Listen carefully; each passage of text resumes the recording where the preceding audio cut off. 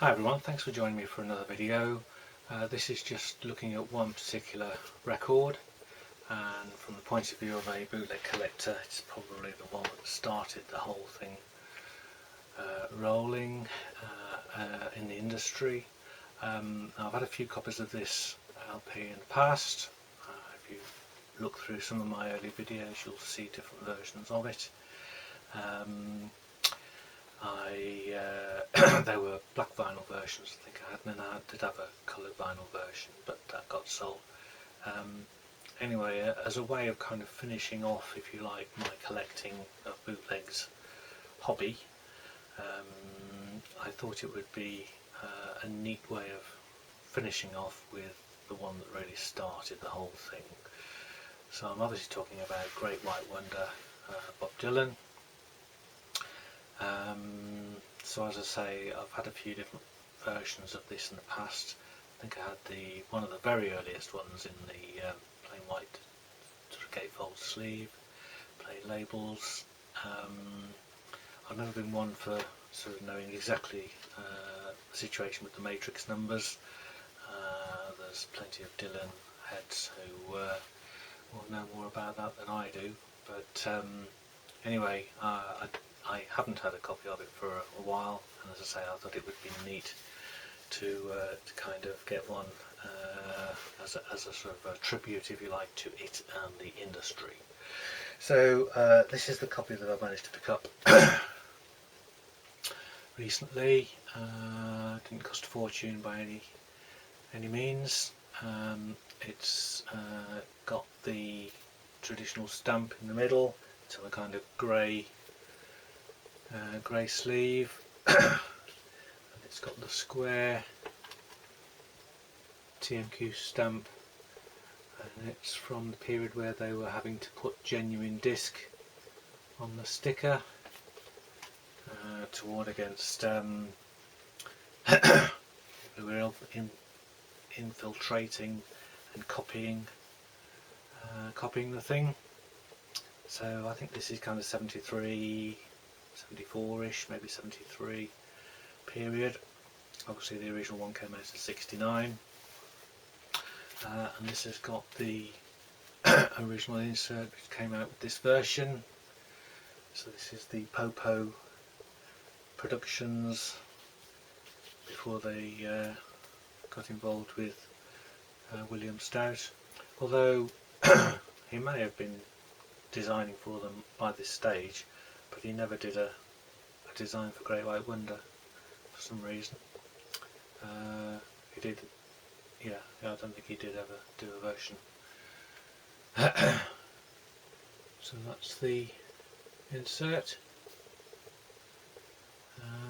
Now obviously the thing that caused the ruckus when this came out, some mishmash, as we know, of studio sessions, the Minnesota hotel room tapes, Johnny Cash show with Mark tapes, and various things like that. So the thing that caused the ruckus was the last two tracks on side 3 and all but one of the tracks I think on side 4, which were the Basement Tapes tracks, which had never been heard before, certainly never been pressed on vinyl. And obviously Nashville Skyline had come out around the time, and this was kind of an antidote to what many people thought of that as being a less than satisfactory Dylan album. So it's in great condition, as you can see. There's no splits or marks or anything really on this, and it's lovely coloured vinyls. So I'll show you this one first of all. So we have black trademark equality labels with silver print. Side 1 and side 2.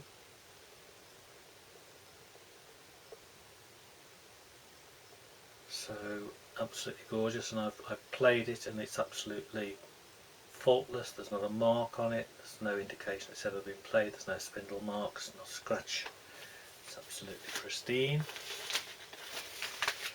The second disc is beautiful orangey yellow with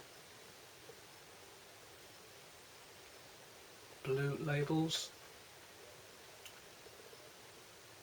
again printed with silver. Deep groove. I think this is the Ricolian pressing from the Matrix numbers, which are 2644, 234 and 5, although interestingly side 3 is blank in terms of the Matrix numbers, which I read somewhere. They sometimes had side 3 without a label, but it's a beautiful copy, and I'm really delighted to get it. I haven't got many of the early Bob Dylan boots, if any now, really.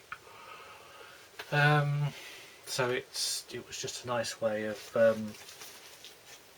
signing off. Now, having said that, it's all a bit cocked up because there's a Floyd one still to come through,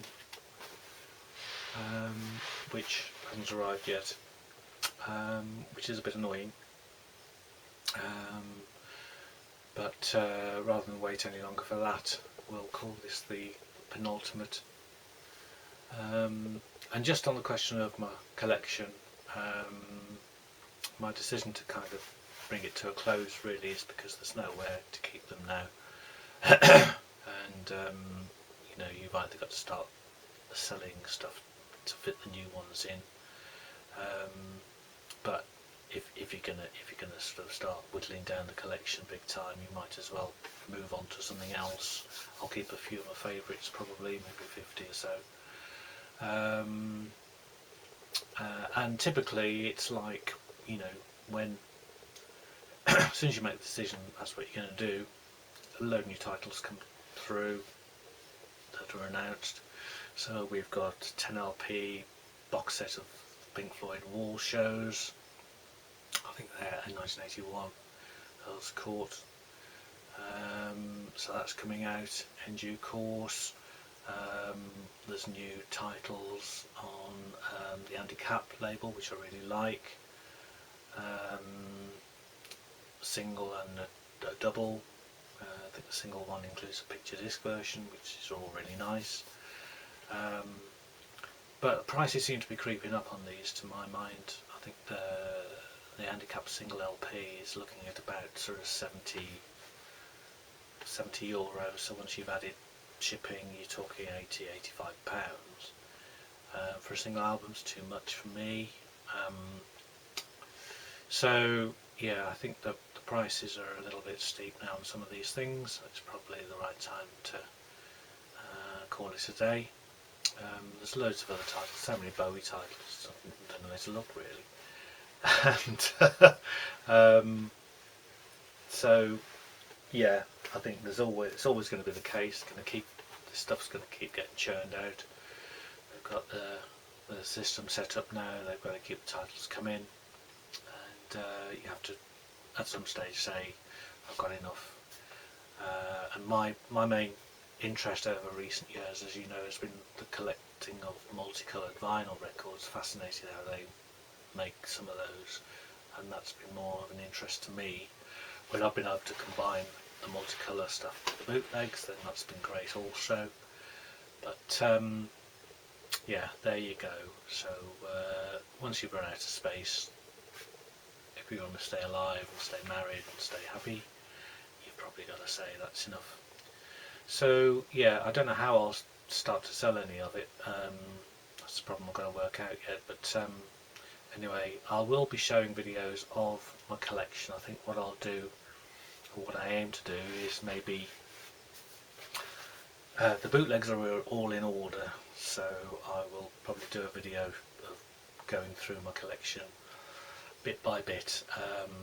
The miscellaneous official stuff is all kind of mixed up really, so I think it may be maybe interesting just to go through that as it is on the shelves. So you'll see some weird, really weird combinations of music. So I think we've got Barbra Streisand next to the Sex Pistols, and yeah, the Zappa next to the B-52s, and all sorts of things. But yeah, so I might sort of be interesting for me, and quite good fun actually to do that.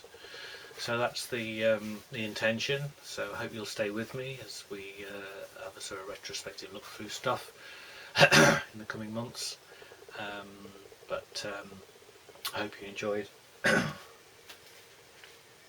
a look at the Big Daddy, and yeah, Great White Wonder. What more can you say about it that hasn't been said? Amazing stuff, really. Thanks for watching, and see you again next time, hopefully.